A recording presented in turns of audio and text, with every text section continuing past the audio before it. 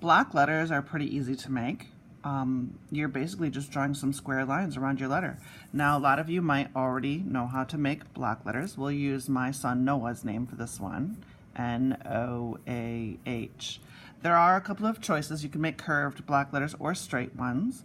I'm going to do the kind of block letters that have curves. So a normal way to do block letters would just be follow the path like so. And that certainly looks fine. Whoops, I kind of messed up the H there.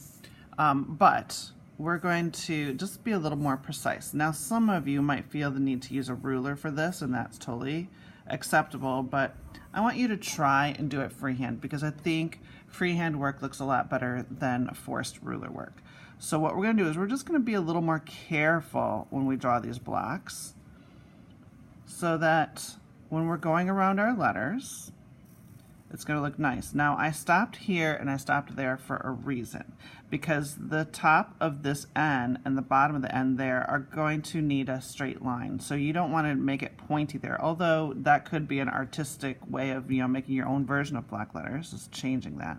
But normal block letters would have straight ends, so you need a straight line there and there to finish your letter. Okay?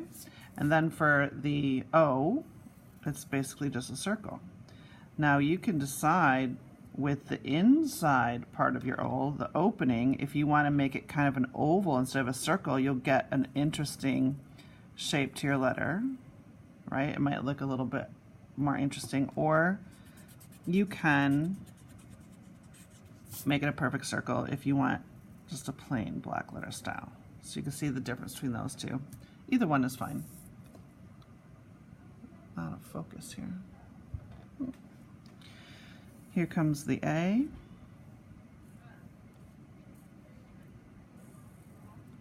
And then I'm going to make the space on the inside just slightly straight on that side. And the H.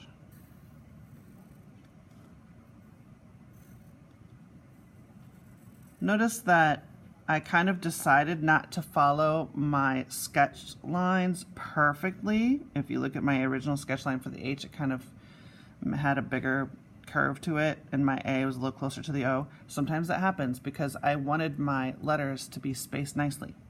Now, if you want to take these block letters and make them 3D, you can add some lines to them to make it happen.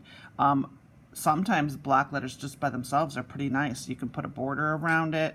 That's kind of a fun way of making some different colors in there. You can go on the inside like that if you want to, or you can go on the outside and make some borders and some cool looking things.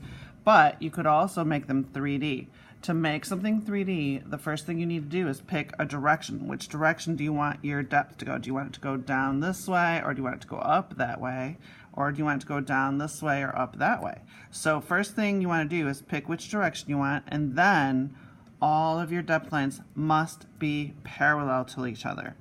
So if I were to, for example, choose this as my direction down to the left, I got to make sure that all of my lines go down to the left. So draw all your lines at the same time. Now, this is a little tricky in here. I'm going to talk about curves later. I'm not going to draw a line in there, even though I could. I want to kind of explain to you how that works. So I'm just going to go and draw all the corner lines that I want first. And same thing in here. There's something tricky that happens in there. Now, look at all your lines and kind of make sure they're the same length. I don't know if you noticed, but I think my lines on my A are a little too long. So I'm going to try to erase those and make sure that they're all the same length as the rest of my lines. Okay? Then once you think they're the same length, you're going to draw the back side of these letters. Now, don't just connect all your lines. Like, obviously, this line is not going to connect to anything. It's going to go straight down because the N goes straight down right there. You're basically drawing another letter. So this whole letter N, you could draw the whole thing and make it like see-through or something. But think of the back side of this letter and that it has to have the same shape as the original N did. So this comes down and that goes over, so that has to do the same thing. This line doesn't connect to anything. Don't draw a line across to there. draw this line going up at an angle, like that. And then you're going to see that that makes it look 3D. Now on the O, obviously this is a curved line right here. We want to try to make this curve the exact same kind of curve that was on the front of the O. That should be parallel. And here's the thing, because we're looking at this and we can only see one side at a time, we can't see through the letter. Wherever this curve stops on the outside of the O, it's gonna start again on the inside. So wherever we can't see it out here anymore, it disappears out of our view, it's gonna reappear into our view in here.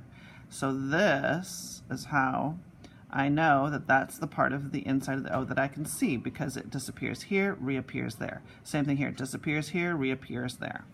Same thing for the A. So this is the curve. I'm trying to just recreate that. That line was a little short, I think. So that is the curve of my A. It disappears here, so it's going to reappear here. Now I have a straight kind of line there, and then it curves like that. So I got to repeat this shape, whatever it is on your letter, has to be repeated on the back side. This line is coming down, okay, and it's connected to that. It's just past it, so I want to make it the same. And I still didn't make those short enough because that looks right to me right there. Sometimes you got to make that artistic decision to just draw your back edge line in the right place, right? This one just kind of disappears. You don't really see the back edge of it. And then this is the H. It comes down, but it hits the A, so I'm going to stop where it hits the A, and I'm going to keep going again. Now look at that. That was a little too long too.